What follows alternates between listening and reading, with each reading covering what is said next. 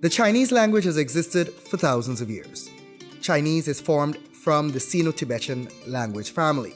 Due to its complexity, its origin remain unknown as to when it separated itself from that family.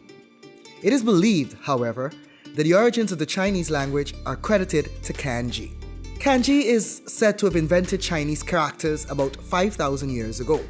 Legend says that when Kanji finished, the gods rained grain upon the earth. Chinese is an umbrella language term that encompasses multiple dialects and languages, including Mandarin, Cantonese, Hakka, and more. When you look at it closely, there are actually over 200 dialects of Chinese. Much of the influence of archaic Chinese spoken during the early and middle 11th to 7th centuries BC isn't seen much in modern Chinese.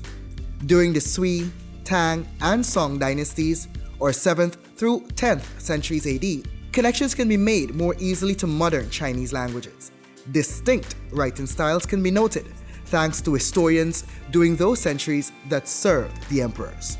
UNESCO first created Chinese Language Day in 2010 to celebrate Chinese as one of the 6 official languages of the United Nations. Chinese Language Day is celebrated on April 20, and it gives the world a chance to embrace multilingualism and cultural diversity. The UN's aim is to educate people about the history of the Chinese language. Chinese was established as an official language of the United Nations in 1946. In 1973, the General Assembly included Chinese as a working language. Today, many members of the United Nations work with Chinese as a functional language. They also aim to teach people around the world the benefits that learning the Chinese language can have. More than 1 billion people speak Chinese as their first language. That's more than any other population in the world. There are 5 dates that are important to the Chinese Language Day observances. The first is, in 2650 BC, Chinese was said to be written for the first time by Kanji. In 1911, China adopted Mandarin as a national language, and that is after Dr. Sun Yat-sen overthrew the Qing dynasty. In 1946, UN established Chinese as an official language. And then in 1973, the UN Security Council would soon follow suit, making Chinese a working language.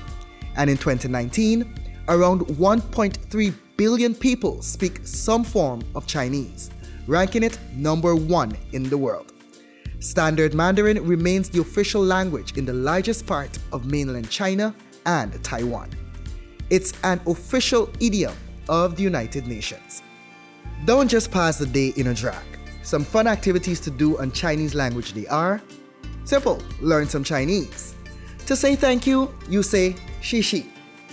Written phonetically, it's like she, as in the English she. Just say it all together like one word. Easy, right? Now you know some Chinese. You can also visit a Chinese restaurant. Almost everyone has a favorite Chinese dish. But if you don't, you can try the Chinese chicken. You will never taste anything like it. But you can also prove you're a citizen of the world by thanking your server, of course in the Chinese that you were just taught. And finally, watch a Chinese movie. Some of the most visually stunning movies in the world come from China. You know the classic Crouching Tiger, Hidden Dragon? After realizing how beautiful the Mandarin language sounds and how great movies are, you'll never want to miss such action again. It is the goal of human existence to live a life that is full. Learning languages for some adds just the right amount of culture to one's life.